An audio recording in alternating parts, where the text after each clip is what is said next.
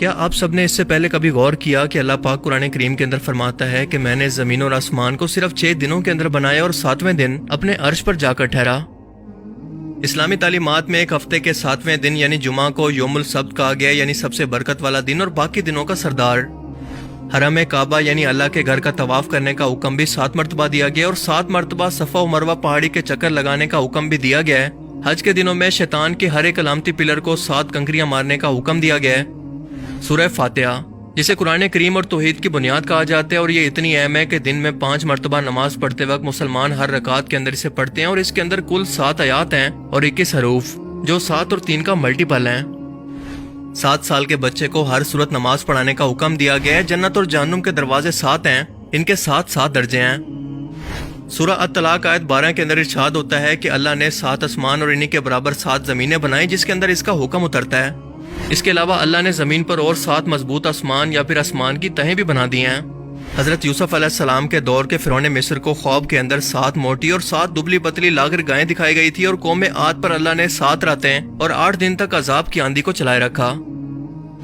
یہی نہیں بلکہ زمین پر بھی رینبو کے اندر 7 بیسک کلر ہیں جن سے باقی رنگ بنتے ہیں، اور اس کے ساتھ ساتھ میوزک کے بھی بیسک 7 سر ہوتے ہیں۔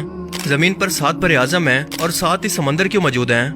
آخر نمبر 7 کے اندر ایسی کیا خاص بات ہے کہ یہ قرآن کریم کے ہر ایک اہم واقعے کے اندر اور دنیا و کائنات کی بناوٹ کے اندر ہمیں ہر جگہ پر دیکھنے کو اور سننے کو ملتا ہے؟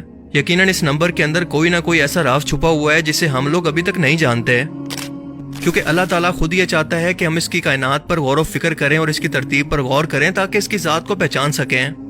اس لیے وہ بار بار انسانوں کو دعوت دیتا ہے کہ ہم نے دنیا و کائنات کے نظام کے اندر دن اور رات کے بدلنے کے اندر نشانیاں رکھی ہیں، مگر صرف اور صرف عقل والوں کے لیے۔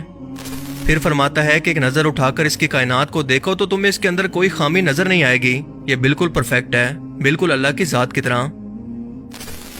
قرآن کریم علم کے علاوہ نمبرز کی ترتیب کے لحاظ سے بھی ایک معجزے سے کم نہیں ہے۔ مثال کے طور پر اگر آپ پورے قرآن کا مطالعہ کریں تو لفظ سزا 117 بار رپیٹ ہوا ہے، جبکہ لفظ معافی 234 بار۔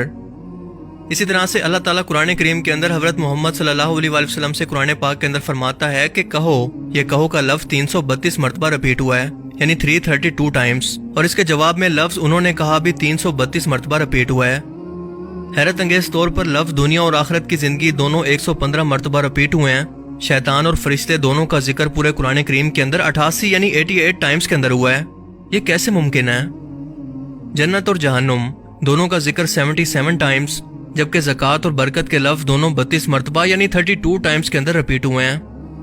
یہی نہیں بلکہ موسم بھی، سردی اور گرمی کی صورت دونوں 5 مرتبہ پورے قرآن پاک کے اندر بیان ہوئے ہیں۔ اس کے علاوہ زندگی اور موت دونوں کا ذکر 140 ٹائمز کے اندر کیا گیا ہے۔